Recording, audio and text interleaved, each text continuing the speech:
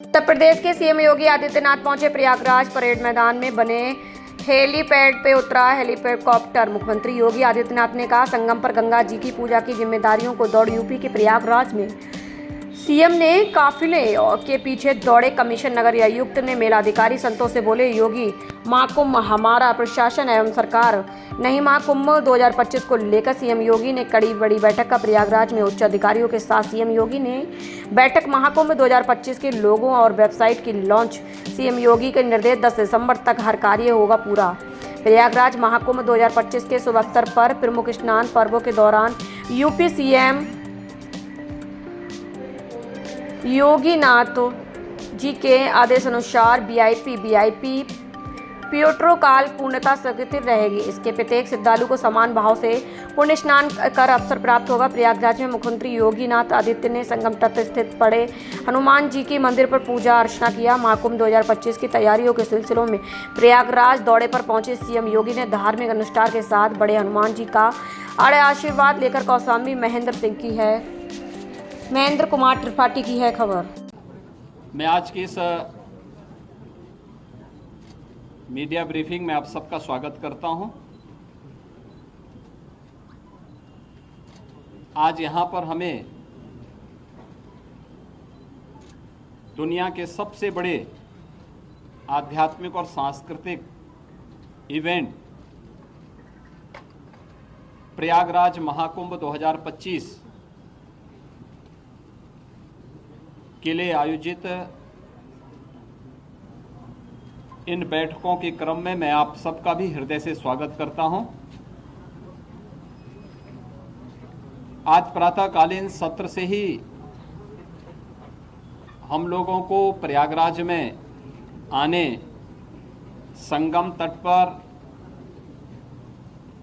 मां गंगा, यमुना और सरस्वती के मिलन स्थल पर दर्शन करने का सौभाग्य प्राप्त हुआ। आरती और पूजन करने का भी अवसर प्राप्त हुआ। अक्षय वट, सरस्वती कूप आदि की सुंदरीकरण की योजना और लेटे हुए हनुमान जी के कॉरिडोर निर्माण के कार्य को भी और दर्शन करने का भी अवसर प्रातःकालीन सत्र में हमें हुआ है। प्रयागराज कुंभ महाकुंभ 2025 के लिए 13 अखाड़ों, खाक चौक, आचार्यवाड़ा और तीर्थ पुरोहितों के साथ हमारी बैठक संपन्न होने के बाद केंद्र और राज्य सरकार के विभिन्न विभागों के द्वारा महाकुंभ के लिए कार्य किस रूप में आगे बढ़ रहे हैं, इसके बारे में भी एक विस्तृत समीक्षा हम लोगों ने यहां पर की है। दिव्य एवं भव्य कुंभ के जो थीम प्रधानमंत्री मोदी जी ने 2019 में हम लोगों को दी थी, कुंभ भी स्वच्छ, सुरक्षित और सुव्यवस्थित हो सकता है। 2019 का प्रयागराज कुंभ उसका एक उदाहरण बना था।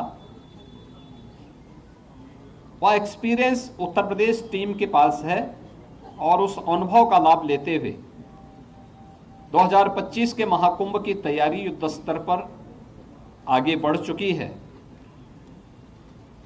अब तक 5,600 करोड़ रुपए से अधिक की प्रोजेक्ट को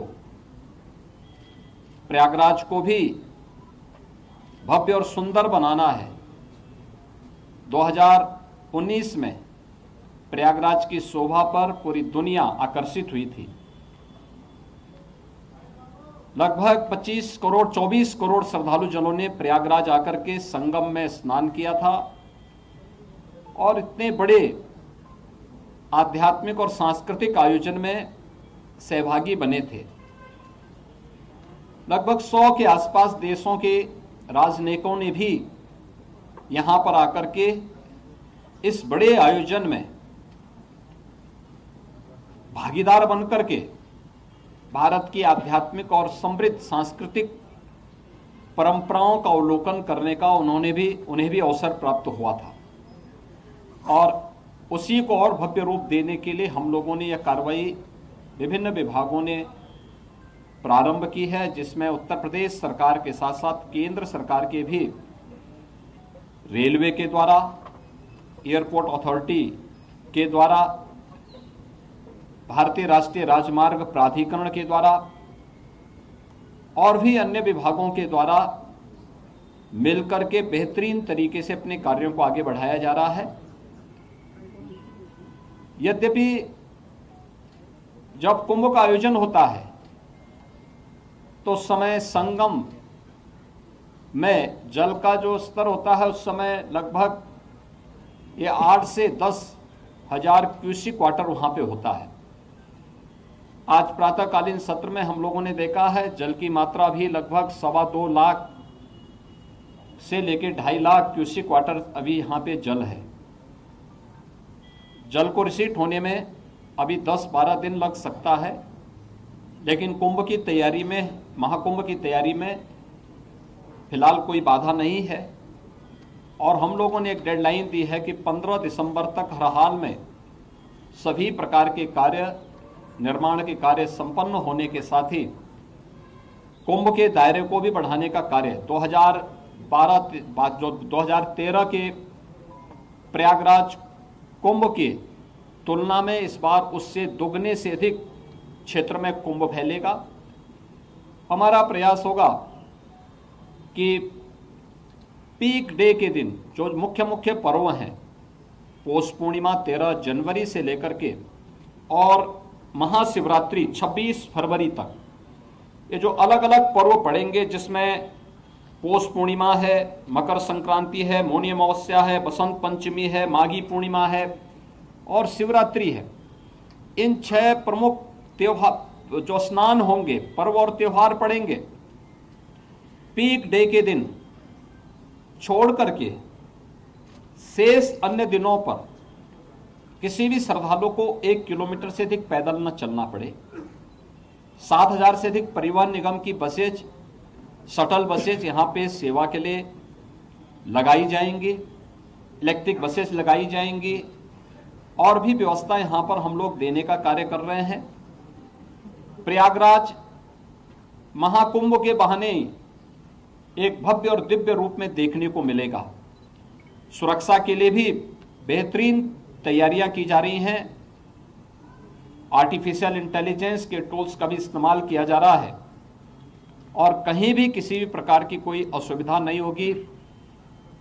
जीरो प्लास्टिक के लक्ष्य को लेकर के प्रयागराज कुंभ को हम लेकर के चले हैं। जीरो लिक्विड डिस्चार्ज, किसी भी प्रकार का सॉलिड या लिक्विड डिस्चार्ज मां गंगा और यमुना में उस दौरान न हो, इसकी तैयारी। और जितने भी ड्रेनेज सीवर हैं ये सब तब तक टेप हो चुके होंगे या एसटीएफ में इन्हें डाइवर्ट करके या बायोरेमेडिएशन की पद्धति के माध्यम से हम उसे शुद्धिकरण से ही उससे डिस्चार्ज करेंगे। ये सारी सुविधाएं यहाँ पर हम लोग देने जा रहे हैं और मुझे पूरा विश्वास है कि प्रयागराज कुंभ 2019 ने एक मानक स्थापित किया था, उससे भी बड़े स्तर पर एक भव्य और दिव्य कुंभ को स्वच्छ, सुरक्षित और सुव्यवस्थित कुंभ के रूप में हमें स्थापित करने में सफलता प्राप्त होगी। इस संबंध में मैं आप सबका भी आह्वान करूंगा, 2019 के कुंभ के, प्रयागराज कुंभ के लिए की सफलता में आपकी भी बड़ी भूमिका थी। इस बार फिर से अपनी सकारात्मक भूमिका के साथ प्रयागराज को और भारत के सनातन धर्म के इस भव्य आयोजन को वैश्विक मंच तक पहुंचाने में आप सबका सकारात्मक योगदान होगा। आप सबको मैं एक बार फिर से धन्यवाद देता हूं, आपका अभिनंदन करता हूं। बहुत बहुत धन्यवाद जी। आज यहाँ पे लोगो भी, प्रयागराज महाकुंभ का लोगो जारी हुआ है। सर्वसिद्धि प्रदा कुंभ का जो 2019 में यहाँ का लोगो था, उसी व्यवस्था को आगे बढ़ा करके प्रयागराज जो महाकुंभ प्रयागराज 2025 का लोगो आज जारी हुआ है। प्रयागराज का जो शास्त्रीय सीमा होगी कुंभ के दौरान, मांस मदिरा इन सब पे प्रतिबंध रहेगा। इन सबको हम लोग यहां से पूरी तरह यहां से दूर करेंगे। ये कोई भी चीज यहां पर नहीं होगा। बाकी अन्य चीजों को लेकर के जो आप लोगों ने यहां पर कहा है, हमारा भी प्रयास होना चाहिए कि गुलामी के प्रतीक और नाम है, ये हमारी सनातन धर्म की परंपरा से अब हटने चाहिए।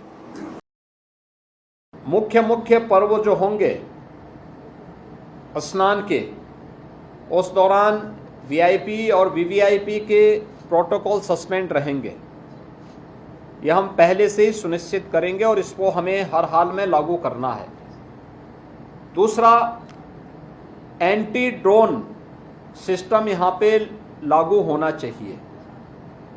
एआई टूल के माध्यम से सिक्योरिटी एंड सेफ्टी का बेहतर प्रबंधन भी यहाँ दिखना चाहिए। और सबसे महत्वपूर्ण होता है, जब हम लोग इस प्रकार के किसी बड़े आयोजन के साथ जुड़ते हैं तो उस दौरान एक बात का जरूर ध्यान रखना चाहिए कि व्यवस्था से जुड़े हुए लोगों का व्यवहार श्रद्धालुओं के साथ कैसा है। जो भी कार्मिक यहाँ डिप्लॉय किए जाएं, वे सिविलियन हो, विभिन्न संगठनों से जुड़े हुए स्वयंसेवक गण हो, या फोर्स से जुड़े हुए हों, यूपी पुलिस के हों, पीएससी के हों, होमगार्ड के हों, या अन्य किसी भी विभाग के हों, उनकी काउंसलिंग और उनकी ट्रेनिंग बहुत आवश्यक है। कैसा व्यवहार हमारा होना चाहिए पब्लिक के साथ में, श्रद्धालुओं के साथ में। यहाँ पे श्रद्धालु आएंगे, उन श्रद्धालुओं के साथ हमारा व्यवहार कैसे होना चाहिए, ये ट्रेनिंग प्रयागराज कुंभ 2019 ने इस मामले में बहुत अच्छा कार्य किया।